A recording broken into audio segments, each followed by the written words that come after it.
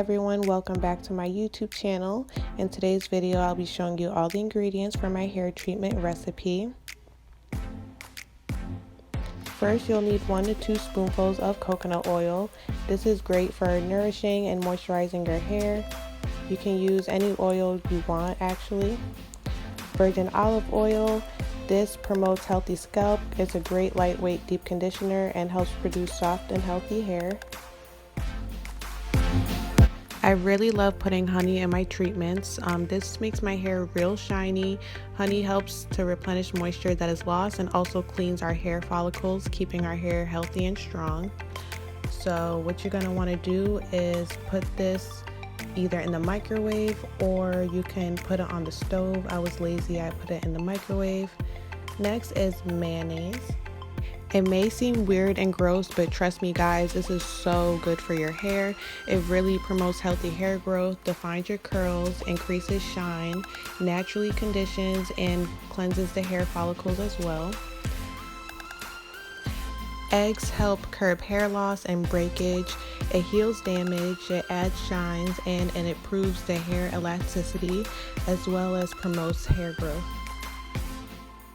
Lavender oil is great for dry scalp and it has calming effects and it's a great scent to distract from the mayo. It's also really great for hair growth. Tea tree oil helps unclog the hair follicles and nourish your roots, which promotes healthy scalp and hair growth. So now that we have all the ingredients ready, just mix them all together. And guys, if you don't have all the ingredients I use in this video, it's totally okay. The main 3 ingredients are egg, mayonnaise, and oil. When it looks like this, it's all ready to put in your hair.